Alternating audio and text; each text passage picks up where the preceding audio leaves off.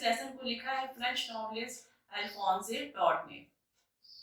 This story is set at the time of Franco-Prussian War, and in this war France was defeated. और जब France हार जाता है तो उसके बाद ये ऑर्डर आता है, जर्मनी से ये ऑर्डर आता है कि अब जो डिस्ट्रिक्ट हैं, फ्रांस के जो डिस्ट्रिक्ट हैं एल्सेस एंड लॉरेन, वहाँ के सारे स्कूल्स में जो टीचिंग होगी वो अब जर्मन में होगी और फ्रेंच में नहीं होगी। तो ये जो स्टोरी है वो ये बताती है, इसका जो मेन थीम है वो ये है कि किस तरह से जब कोई पर्टिकुलर एक टेरिटरी में अगर कोई वॉर होता है तो उस वॉर का जो वहाँ की रोजमर्रा की जिंदगी होती है उस पर क्या असर पड़ता है। तो आप इस स्टोरी में भी देखेंगे कि जो फ्रांस के जो दो डिस्ट्रिक्ट हैं एल्सेस एंड लॉरेन, वहाँ की जो लाइफ है वो किस तरह से अफेक्टेड होती है जब ये ऑर्डर आ जाता है जर्मनी से कि वहाँ के जो दो स्कूल्स हैं वहाँ पे अब जो टीचिंग होगी वो सिर्फ अब जर्मन में होगी और फ्रेंच में नहीं होगी। तो ये बहुत ही इमोशनल फीलिंग होती है वहाँ के लोगों में, बहुत ज़्यादा ओवरवेल्म्ड फील करते हैं। और ये जो स्टोरी है ये शुरू होती है, और ये पूरी स्टोरी जो है ये जब शुरू होती है तो उसमें जो कैरेक्टर है फ्रांस वो पूरी स्टोरी को अपने पॉइंट ऑफ व्यू से, अपनी आईज से वो उसको नरेट करता है और बताता है कि किस तरह से उस दिन जो जब ये ऑर्डर आ जाता है जर्मनी से, जब ये ऑर्डर आ जाता है कि अब वहाँ की स्कूल्स में जो टीचिंग होगी वो अब फ्रेंच में नहीं होगी, सिर्फ अब वो जर्मन में होगी, तो उसके बाद वहाँ के स्कूल्स के ऊपर क्या असर पड़ता है, वहाँ की लाइफ के ऊपर क्या असर पड़ता है, वहाँ के लोगों के ऊपर क्या असर पड़ता है, ये उसने इस स्टोरी में डिस्क्राइब किया है। जैसे ही स्टोरी शुरू होती है तो हम देखते हैं कि जो इसमें जो इसका प्रोटैगनिस्ट है फ्रांस जो है वो स्कूल की तरफ जा रहा होता है, और जिस दिन लास्ट लेसन है, जिस दिन आखिरी लेसन है, उसके बाद वहाँ पे जो टीचिंग होनी है वो सिर्फ जर्मन लैंग्वेज में होनी है। तो जब वो स्कूल जा रहा होता है तो उस दिन वो बहुत ज़्यादा डरा हुआ होता है क्योंकि मिस्टर एम हैमल जो कि उसके टीचर हैं उन्होंने पूरे स्कूल से, पूरे क्लास से ही कहा था कि मैं आपसे पार्टिसिपल्स के रूल्स पूछूंगा। तो वो बहुत ज़्यादा डरा हुआ होता है कि अगर मैं स्कूल जाऊँगा तो मुझे पार्टिसिपल्स के जो रूल्स हैं वो मुझे बताने पड़ेंगे, लेकिन उसको पार्टिसिपल्स के रूल्स लर्न नहीं थे। तो जब वो जा रहा होता है तो वो सोचता है कि क्यों ना मैं स्कूल को बंक कर दूँ, मैं क्लास करने ना जाऊँ और मैं इसके अलावा मैं किसी बाहर की एक्टिविटीज़ में इन्वॉल्व हो जाऊँ, मैं आउटडोर की एक्टिविटीज़ में इन्वॉल्व हो जाऊँ। और दूसरी बात ये थी कि बाहर का जो नज़ारा था वो काफ़ी टेम्पटिंग था, बर्ड्स की चर्पिंग की आवाज़ सुनाई दे रही थी और वेदर जो था वो काफ़ी ब्राइट था, काफ़ी प्लेजेंट था, दिन काफ़ी अच्छा था। और प्रशियन सोल्जर जो थे उनकी ड्रिलिंग की आवाज़ आ रही थी, उनकी ड्रिलिंग का नज़ारा दिखाई दे रहा था। तो ये सारे जो सीन्स थे, जो सारे साइट्स थे वो बहुत ज़्यादा टेम्पटिंग थे फ्रांस के लिए। फ्रांस जो होता है फिर वो लेकिन फिर भी वो इन सारे टेम्पटेशंस को थोड़ा रेजिस्ट करता है, चेक करता है, वो अपनी चीज़ों को, फीलिंग्स को कंट्रोल करता है और लेकिन स्कूल की तरफ फिर भी वो जाता है। और जब वो स्कूल जा रहा होता है तो रास्ते में उसको दिखाई देता है बुलेटिन बोर्ड, और बुलेटिन बोर्ड के बाहर काफ़ी लोगों की क्राउड होती है, लोग वहाँ पे इकट्ठा हुए होते हैं। और फ्रांस तब ये सोचता है, जा ही रहा होता है, जाते-जाते ही वो सोचता है कि आखिर अब वहाँ पे कौन-सी ऐसी न्यूज़ है जिसको लोग देखने के लिए खड़े हुए हैं। क्योंकि पिछले 2 साल से वहाँ पे कोई भी अच्छी खबर नहीं आई थी। वहाँ पे जो खबर आई थी वो लॉस्ट बैटल्स के बारे में थी और हारे हुए युद्धों के बारे में थी। तो ये सारी बातें थी। तो वो सोचता है कि आखिर अब कौन-सी खबर हो सकती है? ये सोचते हुए वो आगे बढ़ रहा होता है। और जब वो आगे जाता है तो देखता है कि वहाँ पे जो एक ब्लैकस्मिथ होता है वो भी उस बुलेटिन बोर्ड में होता है। बुलेटिन बोर्ड के पास खड़ा हुआ होता है वो भी। और जो ब्लैकस्मिथ होता है और जो लोहार होता है वो कहता है, "अरे! तुम इतनी जल्दी में क्यों हो फ्रांस? तुम अपने स्कूल पहुँच जाओगे।"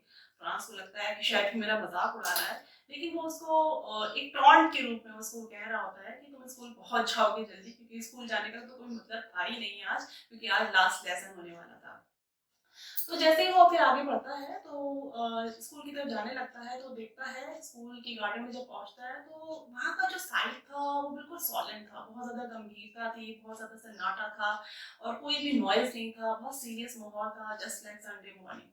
क्योंकि यूजुअली जब स्कूल होता है, स्कूल ओपन होता है, बच्चे जब होते हैं तो वहाँ पे काफ़ी नॉइज़ होता है, वहाँ पे हसल एंड बसल की आवाज़ होती है, डेस्क की खोलने और बंद करने की आवाज़ होती है, लेसन्स के रिपीट करने की आवाज़ होती थी। लेकिन आज जो था वो बिल्कुल टोटली डिफरेंट सीन था। It was just like Sunday morning, किसी की भी आवाज़ नहीं आ रही थी, कोई बच्चे की आवाज़ नहीं आ रही थी। तो काफ़ी सरप्राइजिंग था फ्रांस के लिए। फ्रांस लेकिन आगे बढ़ता है और फिर वो बाहर से देखता है और देखता है कि जो स्टूडेंट्स हैं वो अंदर बैठे हुए हैं और ऑलरेडी वो अपने क्लासेस में हैं और एम हैमिल भी क्लास में हैं और वो क्लास में वॉक कर रहे हैं। He was walking to and fro. So वो देखता है और कि मैं फिर वो ये सोचता है कि मैं आखिर अंदर कैसे जाऊँ? क्योंकि यूजुअली जब वो ऐसा होता था, कभी लेट हो जाता था, तो उसकी शोर-शराबा जो होता था क्लास में हो रहा होता था, उसकी आड़ में वो अंदर चला जाया करता था। लेकिन आज उसको ये मौका नहीं मिला क्योंकि वो बहुत ज़्यादा शांत था क्लास, शांत बहुत ज़्यादा सन्नाटा था क्लास में, कोई भी आवाज़ नहीं आ रही थी। तो फ्रांस उसमें ये बताता है कि मैं काफ़ी डरा हुआ फ़ील कर रहा था, मैं काफ़ी शर्मिंदा फ़ील कर रहा था, आई वाज़ फ़ीलिंग अशेम्ड कि मैं लेट हो गया हूँ। लेकिन मतलब इस तरह से अंदर जाता है और डरा हुआ तो होता ही है कि अब मैं जाऊँगा तो मुझको एम हैमर जो मुझे स्कोल्ड करेंगे, मुझे डाँटेंगे, तो वो अंदर जाता है। और लेकिन जैसे ही वो अंदर जाता है तो वो देखता है कि जो अंदर जब जाता है तो एम हैमर उसको डाँटते नहीं हैं, बल्कि on the contrary he said to him, "अरे फ्रांस तुम आ गए? अरे चलो आओ अपनी सीट पे बैठो। We were beginning without you." हम तो तुम्हारे बिना ही क्लास को शुरू करने वाले थे, शुरू कर रहे थे। ऐसा बोलते हैं। तो खैर वो अंदर जाता है और जब वो जाता है तो दूसरी चीज़ वो नोटिस करता है। वो नोटिस करता है कि जो मिस्टर एम हैमिल हैं वो उन्होंने आज कुछ स्पेशल ड्रेस पहन रखी है। उन्होंने ग्रीन कलर का ब्यूटीफुल कोट पहन रखा है, शर्ट जो है वो फ्रिल्ड वाली शर्ट पहन रखी है उन्होंने और उनके सर के ऊपर एक स्मॉल कैप है, सिल्क का कैप है। ये सारी चीज़ें जो थी वो सब एम्ब्रॉयडर्ड थी, इस पे काम हुआ था, वर्क हुआ था, कढ़ाई हुई भी थी।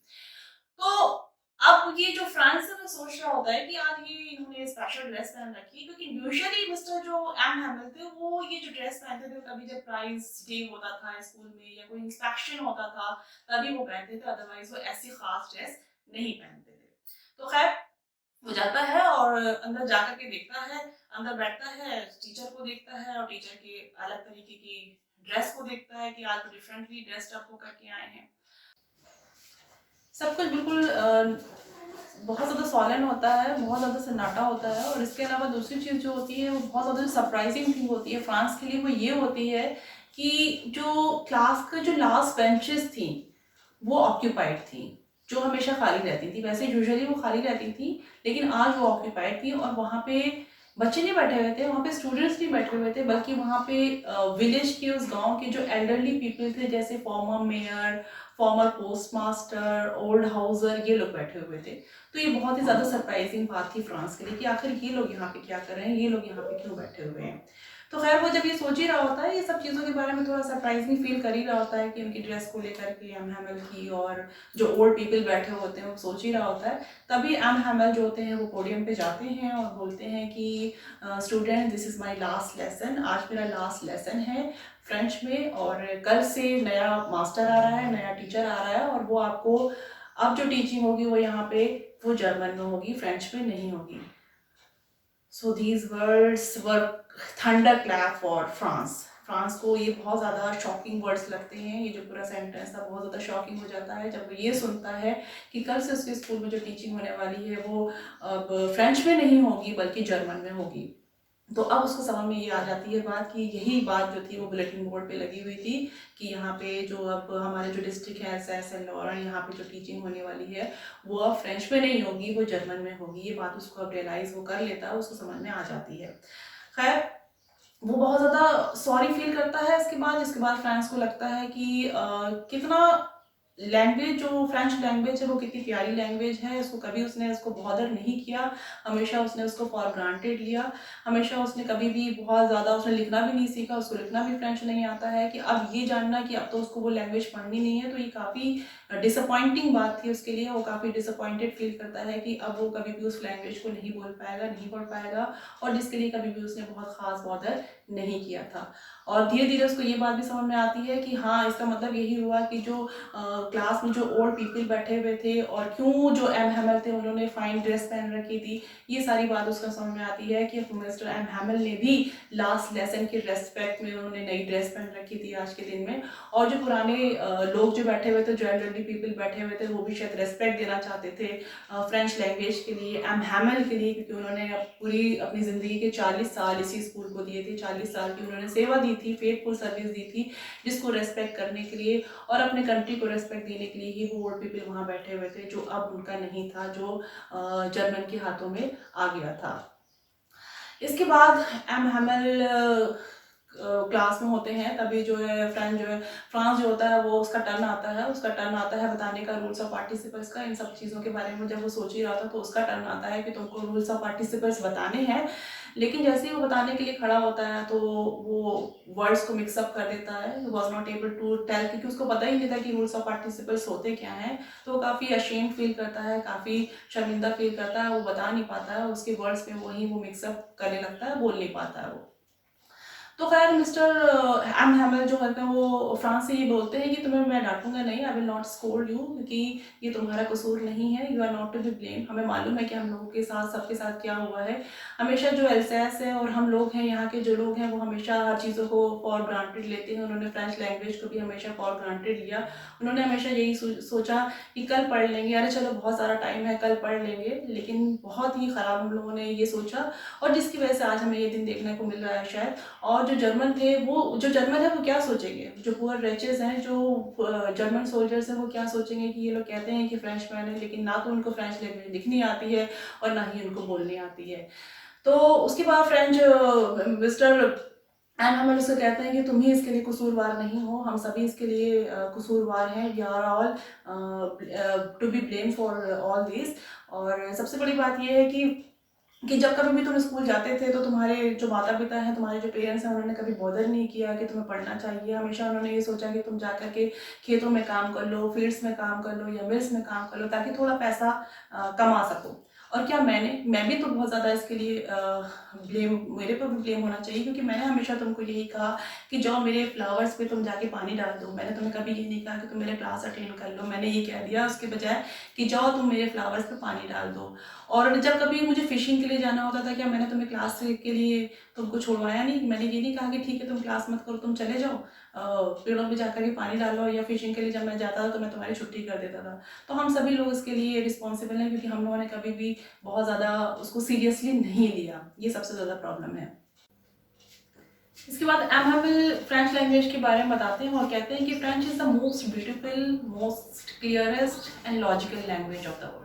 वो उसकी बहुत ज़्यादा बढ़ाई करते हैं, तारीफ करते हैं कि फ्रेंच लैंग्वेज है वो सबसे ज़्यादा खूबसूरत लैंग्वेज है पूरे संसार की, पूरे वर्ल्ड की, और इसे हमें प्रोटेक्ट करके रखना चाहिए। क्योंकि जब तक, उनका कहने का मतलब ये है कि जैसे ही कोई कंट्री अगर वो गुलाम बनाया जाता है, अगर वो इंस्लेव्ड बनाया जाता है, तो अगर उसके पास उसकी अपनी खुद की लैंग्वेज है, अगर वो अपनी लैंग्वेज को जानता है, लिखना जानता है, पढ़ना जानता है, तो इट इज़ जस्ट लाइक अ की टू द प्रिजन। अगर वो कैद है, अगर वो प्रिजन में है, अगर वो बंदी बना लिया गया है, और अगर उसके पास अपनी खुद की लैंग्वेज है, तो कहीं ना कहीं से वो किसी भी तरीके से उसकी की तरीके का काम करता है, वो उस प्रिजन से बाहर निकल सकता है अपनी लैंग्वेज के बल पे। आगे वो जो एम हैमल है वो उसके बाद वो लैंग्वेज ग्रामर के लेसन्स देते हैं, ग्रामर पढ़ाते हैं, और सारे जो स्टूडेंट्स होते हैं वो ग्रामर पढ़ते हैं। और फ्रांस बताता है कि कितना इजीली वो सारी चीज़ें वो समझ पा रहा था उस दिन जिस लास्ट लेसन था। इतना पेशेंटली एम हैमल उसको समझा रहे थे, पूरे क्लास को समझा रहे थे। ऐसा लग रहा था जैसे कभी भी उन्होंने अपनी पूरी लाइफ में इतना पेशेंटली कभी भी एक्सप्लेन नहीं किया होगा जितना वो लास्ट लेसन वाले दिन कर रहे थे। Everything was so easy, so easy. बस फैंस बताता है कि कितना ईजी सब कुछ लग रहा था, कितना ईजिली वो हर चीज़ अंडरस्टैंड कर पा रहा था उस दिन। उसके बाद ग्रामर के बाद दूसरा जो नेक्स्ट लेसन होता है वो लेसन होता है राइटिंग का लेसन होता है। और उस दिन मिस्टर एम हैमल जो होते हैं वो कुछ नई कॉपीज़ लेकर आए होते हैं, और उस पर लिखा होता है एल्सैस फ्रांस लिखा हुआ होता है, राउंड राउंड लिखा हुआ होता है। और ऐसा लग रहा था जैसे ये जो कॉपीज़ पे ये जो फ्रांस और एल्सैस लिखा हुआ था, जैसे ये छोटे छोटे झंडों की तरह से, फ्लैग्स की तरह से लग रहा था।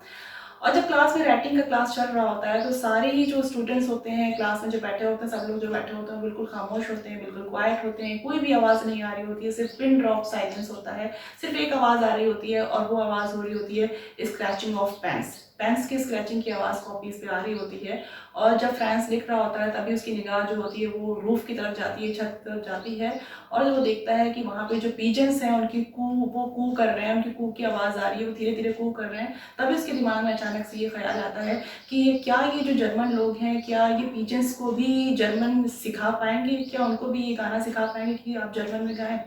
कहने का मतलब यहाँ पे ये है कि फ्रेंच लैंग्वेज जो है वो इतनी ज़्यादा सबके रगों में बस चुकी है, इतना ज़्यादा वो इन्वॉल्व हो चुकी है कि जिसको निकालना बड़ा मुश्किल है। वो इंसानों के ऊपर तो जोर चला सकते हैं कि आपको फ्रेंच नहीं पढ़ना है, आपको जर्मन पढ़ाना है, लेकिन जो नेचर है, जो बर्ड्स हैं, उनके अंदर भी वो लैंग्वेज है जिसको निकालना खैर मुश्किल है, जिनको निकालना बहुत आसान नहीं है। इसके बाद राइटिंग सेक्शन के बाद जो है वो मिस्टर एम हैमल जो होते हैं वो हर चीज़ को देख रहे होते हैं। जब फ्रांस की निगाह जो ऊपर पड़ती है उनके ऊपर, जब वो राइटिंग का सेशन कर रहा होता है, राइटिंग का क्लास कर रहा होता है, तब उसकी निगाह जो है वो एम हैमल के ऊपर पड़ती है। जब कभी वो निगाह ऊपर उठा करके देखता है तो देखता है कि जो एम हैमल है वो क्लास में जितनी भी चीज़ें हैं उन चीज़ों को बहुत ही ज़्यादा सीरियसली देख रहे हैं और बिल्कुल मोशनलेस होकर सीट के ऊपर बैठे हुए हैं। ऐसा लगता है कि जैसे वो हर चीज़ को अपनी दिमाग में फिक्स कर लेना चाहते हैं जाने से पहले।